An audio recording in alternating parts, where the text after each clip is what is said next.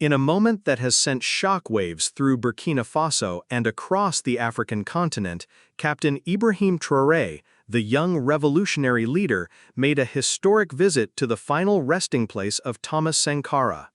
But what he discovered there wasn't just symbolic, it was something that would reignite an entire generation's spirit and challenge the powerful legacies of silence, secrets, and betrayal.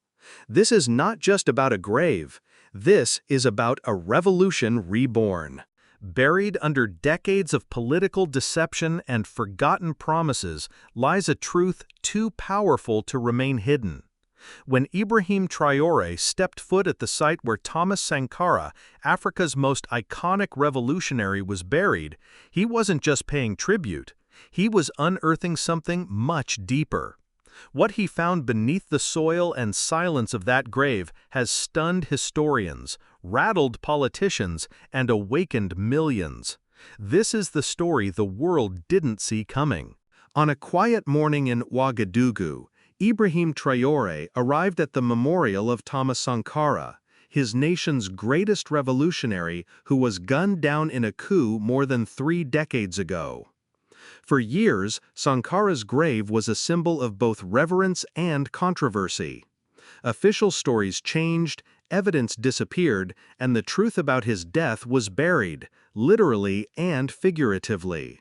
But Traoré is not a leader bound by tradition or fear.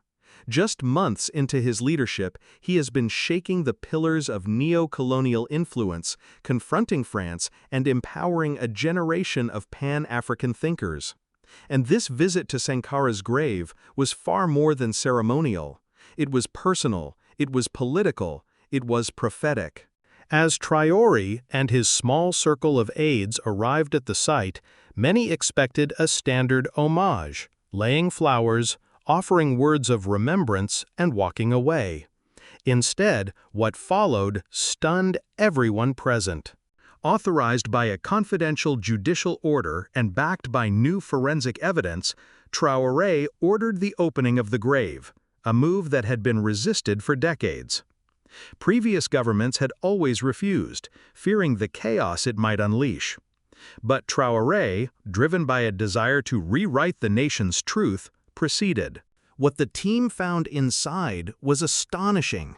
Forensic experts confirmed long-suspected tampering with the remains, bullet fragments, inconsistent autopsy signs, and, most shockingly, a sealed envelope buried beside the body. Inside that envelope was a handwritten letter, believed to be from Sankara himself.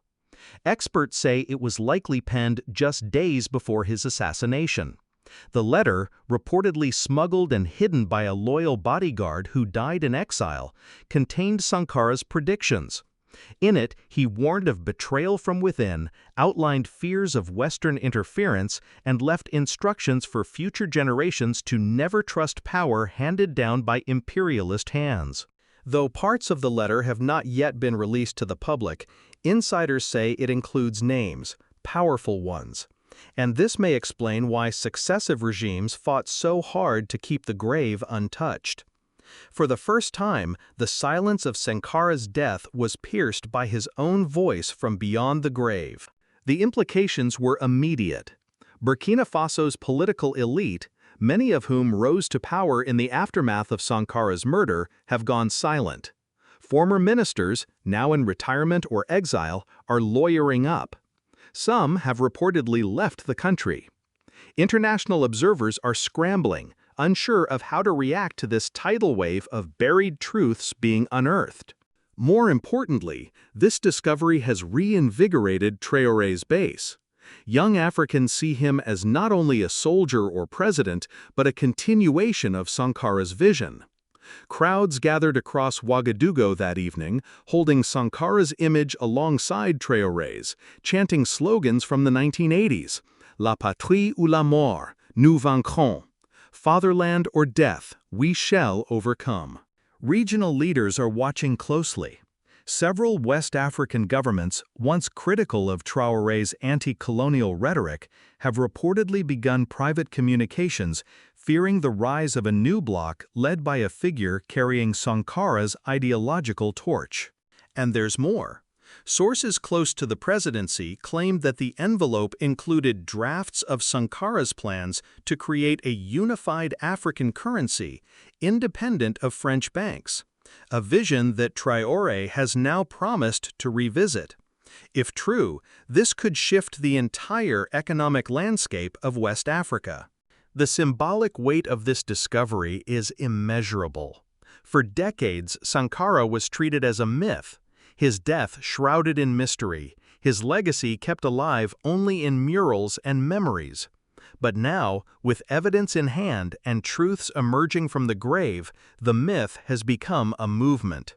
The past is no longer buried. It's alive, beating in the chest of a new generation that refuses to be silenced.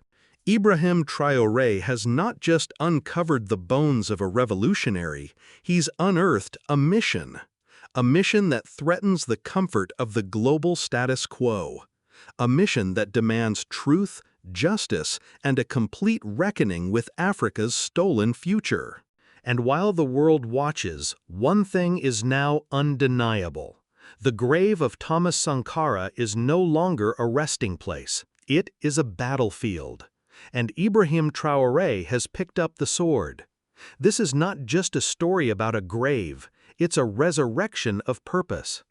Traoré's discovery has reminded the world that the truth can only stay buried for so long. When leaders choose courage over compromise, when the past is no longer feared but faced, history doesn't just remember, it ignites. If you believe that Africa's time is now, and that voices like Sankara's and Traoré's must be amplified, then share this story. The world may be shocked, but the revolution is only just beginning.